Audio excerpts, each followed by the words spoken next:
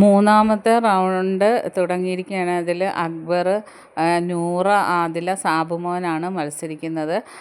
3 പേര് ഔട്ടായിരിക്കുകയാണ്: ഷാനവാസ്, അനീഷ്, അനുമോൾ.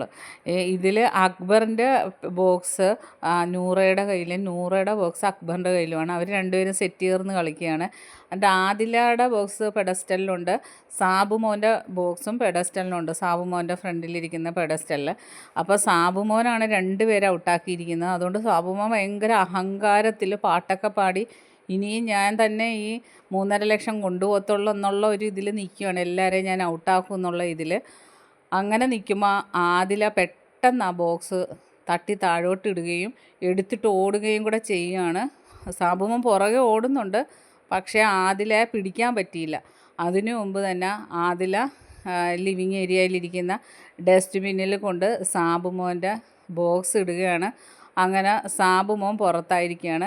ഇനിയിപ്പോൾ ആദില, നൂറ, അക്ബറുണ്ട്. ഇനി ആദിലയും നൂറയും സെറ്റ് ചേർന്ന് കളിച്ചാൽ അക്ബറിനെ പെട്ടെന്ന് പുറത്താക്കാം. 3.5 ലക്ഷം രൂപ അവർക്ക് സ്വന്തമാക്കുകയും ചെയ്യാം.